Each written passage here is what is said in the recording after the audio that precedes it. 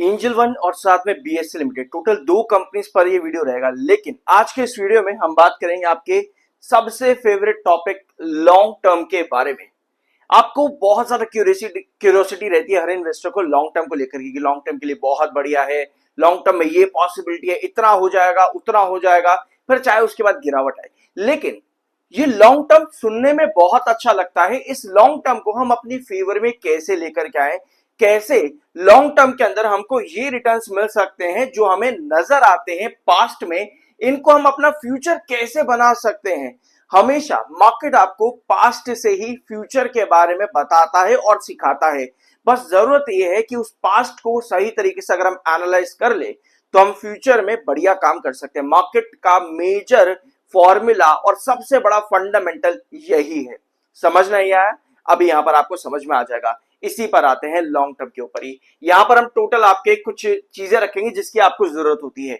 सबसे पहली जरूरत हमको होती है किस चीज की? मार्केट की। थोड़ा लाइट है जो मेरा पेन है थोड़ा लाइट है, नेक्स्ट वीडियोस में मैं चेंज कर दूंगा इसको, ठीक है। सबसे पहली जरूरत होती है हमको मार्केट की। अगली जरूरत होती है कंपनी के क्वार्टरली रिजल्ट्स की। नेक्स्ट हमको जरूरत होती है चार्ट पैटर्न्स की। इसके अलावा और क्या चीजें होती है? कंपनी के अपने फाइनेंशियल्स, कंपनी के अपने फंडामेंटल्स, ये चीजें हमको चाहिए होती है। कंपनी का ग्रोथ कितना आता है ये हमको चाहिए। चार्ट पैटर्न्स हमने ले ही लिया है। टेक्निकल्स किस तरीके से कंपनी के हैं ये चीजें हमको चाहिए होती है। सेक्टर किस तरह से ग्रो कर रहा है, कंपनी को लेकर के मार्केट में क्या न्यूज चल रही है, ये चीजें हमको चाहिए होती है किसी भी कंपनी में लॉन्ग टर्म को समझने के लिए कि वो कितना बढ़िया है। और जैसे जैसे हम सब इन सब चीजों को इवैल्यूएट करते हैं हमारे डिसीजंस वहीं पर ही 100% सही हो जाते हैं।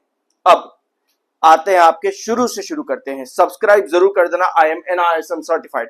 अब आपको यह मालूम पड़ गया कि क्या क्या चीजें आपको रिक्वायर्ड होती हैं। अगर आप लोगों ने लास्ट वीडियो BSE लिमिटेड का देखा है या MCX लिमिटेड का भी देखा है तो आपको एक चीज मालूम होगी कि सेबी लॉन्ग टर्म कॉन्ट्रैक्ट्स लेकर के आना चाहता है मार्केट में। लेकिन लॉन्ग टर्म कॉन्ट्रैक्ट लेकर आने का मतलब यह है कि ये तो भाई अच्छी चीज हो गई। अगर सेबी लॉन्ग टर्म कॉन्ट्रैक्ट लेकर के आ रहा है तो इसमें इन्वेस्टर क्या करेंगे? लॉन्ग टर्म के लिए बने रहेंगे। तो दैट मीन्स कि जो आपका daily option trading put call option चलता रहता है जिसकी वजह से इन्वेस्टर को नुकसान होता है वो कम होगा। ये बात क्या सही है या पर इसमें कुछ कैच है? बिल्कुल डेफिनेटली कैच है। नॉर्मल ट्रेडिंग जो आपके शॉर्ट टर्म कॉन्ट्रैक्ट्स होते हैं, डेरिवेटिव ऑप्शंस जो होते हैं लॉन्ग शॉर्ट टर्म के यानी वीकली एक्सपायरीज के जो होते हैं, वो सबसे बेस्ट चीज क्यों होती है यहाँ पर? क्योंकि वो मार्केट में लिक्विडिटी बनाए रखती है। दैट मीन्स वॉल्यूम बनाए रखता है। ऑलरेडी आपको पता है कि दूसरा पॉइंट आपका जो यहाँ पे है आरबीआई, इस वीडियो इस थंबनेल पे मैंने नहीं लिखा हुआ आरबीआई, बट इस वीडियो में आपको मिल जाएगा आरबीआई। दूसरा पॉइंट आपका आता है आरबीआई नई पॉलिसी जो लेकर के आया, बेसिकली नया रूल लेकर के आया है आपके प्रोप्राइटरी ट्रेडिंग के ऊपर। वो अल्टीमेटली 20 से 25% वॉल्यूम मार्केट में खा रहा है जिसका इंपैक्ट डायरेक्टली बीएससी और एमसेक्स दोनों को पड़ रहा है। लेकिन एंजल वन के इस सब में क्या लेना देना है? लॉन्ग टर्म कॉन्ट्रैक्ट, आपको पता है कि एंजल वन आपका एक प्लेटफॉर्म है। एंजल वन एक प्लेटफॉर्म है, दैट मींस कि उस प्लेटफॉर्म पर हमको ऑप्शंस अवेलेबल होते हैं ट्रेड करने के लिए। जिस प्लेटफॉर्म पर हमको वो ऑप्शंस अवेलेबल होते हैं और अगर उन प्लेटफॉर्म्स के ऊपर से ही सेबी ऐसा डिसीजन ले कि भैया डेरिवेटिव ट्रेडिंग के ऊपर हम उसको कट करेंगे ताकि लॉन्ग टर्म कॉन्ट्रैक्ट्स को हम बना करके रख पाए, इसका मतलब ये है कि कहीं ना कहीं वहां पर भी वॉल्यूम और ट्रांजैक्शंस कम होगी। और अगर ट्रांजैक्शन कम होगी अल्टीमेटली वॉल्यूम वो आपके रेवेन्यूज के ऊपर इंपैक्ट पड़ता है, जिसकी वजह से एंजल वन हो, बीएससी हो, MCX हो, अलग अलग तरीके से इन सभी न्यूज का अलग अलग इंपैक्ट इन कंपनीज के ऊपर आता है। अब ये चीजें कंपनी के शॉर्ट टर्म के लिए खराब होती हैं। अब शॉर्ट टर्म अभी आप लोगों ने यहां पर सुना, अब एक बार चार्ट पैटर्न पर आओ। थोड़ा सा पास्ट और थोड़ा सा हिस्ट्री देखेंगे क्योंकि वीडियो की शुरुआत जो मैंने यहां पर की और जो मेन एसेंस है वो यही है कि पास्ट हमको फ्यूचर के बारे में बताता है कि फ्यूचर क्या हो सकता है। ये टाइम पीरियड आपका इस कंपनी के लिए सबसे बेस्ट पीरियड रहा क्योंकि आरबीआई ने कहा कि भैया जुलाई 1 से हम लागू करेंगे अपनी नया रूल। सेबी डेरिवेटिव को लेकर कोई न्यूज नहीं होती थी बल्कि पॉजिटिव न्यूज ही होती थी। सब चीजें डिस्कस कर चुका हूं, चैनल पर अवेलेबल है। ऑलराइट, तो ये टाइम पीरियड आपके लिए बहुत बढ़िया गया। यहां पर आपके पास कंपनी का ग्रोथ भी बढ़िया आया, यानी कि सेक्टर अच्छा परफॉर्म कर रहा था, न्यूज भी आपके पास में थी, कंपनी के क्वार्टर रिजल्ट्स जो कि मार्च के थे वो भी आपके फेवर में था। अप्रैल में तो मार्केट ने भी अच्छी रिकवरी करी थी उस टाइम पर। ये सब चीजें आपके फेवर में चलती चली गई और आपको ये रैली मिली। ये बहुत नियर पास्ट है। लेकिन क्या हो अगर हम जून 2025 में आ जाए, यहां पे इस टाइम पर आपको गिरावट देखने को मिली। इस टाइम पर भी इन्वेस्टर्स ने हार मानी और इन्वेस्टर को लगा कि भैया आप कहानी यहां से खत्म है। इस टाइम पर आपके सामने आया था जेन स्ट्रीट का मामला, जिसकी वजह से आपको लगातार गिरावट देखने को मिली। फिर जेन स्ट्रीट का मामला आपका लगभग अगस्त के महीने में खत्म हो जाता है। फिर मामला उठता है सेबी के डेरिवेटिव को लेकर कि भैया हम शॉर्ट टर्म कॉन्ट्रैक्ट तो खत्म ही कर देंगे मार्केट में से, एक्सपायरीज खत्म कर देंगे, वीकली एक्सपायरी खत्म कर देंगे मार्केट में से। तो भैया आपको और गिरावट मिलती है और आप 2020 रुपए के प्राइस पर गिर जाते हैं आपके बीएसए लिमिटेड के अंदर। मतलब आपको समझ में आ रहा है कि किस तरह से न्यूज और चार्ट्स आपके काम कर रहे हैं। जो मैंने यहाँ पर चार्ट्स लिखा है ना, इसमें आपको क्या समझ में आ रहा है एक बार यहाँ स्क्रीन पर देखना। ये है आपका वेजेस पैटर्न। बीएसए लिमिटेड एक वेजेस पैटर्न के ऊपर काम करता है, साइडवेज परपेंडिकुलर ब्रेकआउट। ये कंटिन्यूएशन पैटर्न्स है बीएसए लिमिटेड के। इस समय अभी हमने पास्ट देखा, अभी प्रेजेंट में आपके पास क्या है? प्रेजेंट में आपके पास न्यूज आपके फेवर में नहीं है, ये न्यूज आपके फेवर में नहीं है। प्रेजेंट में आप देख रहे हो कंपनी के आने वाले क्वार्टर यानी कि जून क्वार्टर पे कि वो क्वार्टर कंपनी का कैसा होगा, यानी कि क्या ये आपके फेवर में होगा, जून क्वार्टर के आपके फेवर में होगा। उसके लिए आपको ये चीज मालूम है, एक assumption आपके पास में है कि कंपनी को 958 के ऊपर एटलीस्ट 85% का ग्रोथ चाहिए। तो आप 85% ऑफ 958 जब इसमें ऐड करते हो, इतना कंपनी को रेवेन्यू चाहिए। अगर कंपनी इतना रेवेन्यू देने में कामयाब होती है तो एक चीज आपके फेवर में आएगी। इसका मतलब क्या होता है कि आपके फेवर में क्या प्रॉफिट भी आ सकते हैं, और अगर प्रॉफिट भी आपके फेवर में आते हैं, इसका मतलब क्या होता है कि अभी जो बीएसए लिमिटेड के अंदर आपको कंटिन्यूएशन में फॉल नजर आ रहा है कुछ इस तरीके से, जहां पर लास्ट सेशन 3650 भी ब्रेक डाउन हो गया और आपको यहां पर अब नेक्स्ट बेस नजर आता है 3510 पे, और सबसे क्रूशियल बेस 3300 पर नजर आता है। इसका मतलब यह है कि जब तक हमारे पास नेक्स्ट फेवर चीज हमारे फेवर में नहीं आती, नेक्स्ट चीज जो हमारे फेवर में नहीं आती, तब तक अगर गिरावट मिल रही है, यानी कि मैं इवैल्यूएट करता चला जा रहा हूं कि कौन से लेवल तक मेरी गिरावट आ सकती है और क्यों आ सकती है। और जैसे ही क्वार्टर रिजल्ट्स की अगर बात हो रही है, न्यूज की अगर बात हो रही है, कोई भी चीज मेरे फेवर में आएगी तो मुझको वहां से रिकवरीज देखने को मिलेगी। लेकिन बीएसए लिमिटेड इतनी आसानी से लॉन्ग टर्म ब्रेकआउट्स भी शो नहीं करता। इसका मतलब यह है कि चार्ट्स पर जो अभी आपको डाउनवर्ड एजेस पैटर्न मिल रहा है, अगर ये 3650 के पास में वापस सस्टेन और रिटेन नहीं कर पा रहा, मतलब यह है कि अभी आपको और गिरावट मिलने वाली है अल्टीमेटली टुवर्ड्स 3300 की तरफ, जो कि आपको इंडिकेट करता है और डाउन पैटर्न। और आपको ब्रेकआउट के लिए क्या चाहिए होगा? कंपनी के रिजल्ट या फिर न्यूज या मार्केट की पोजीशन।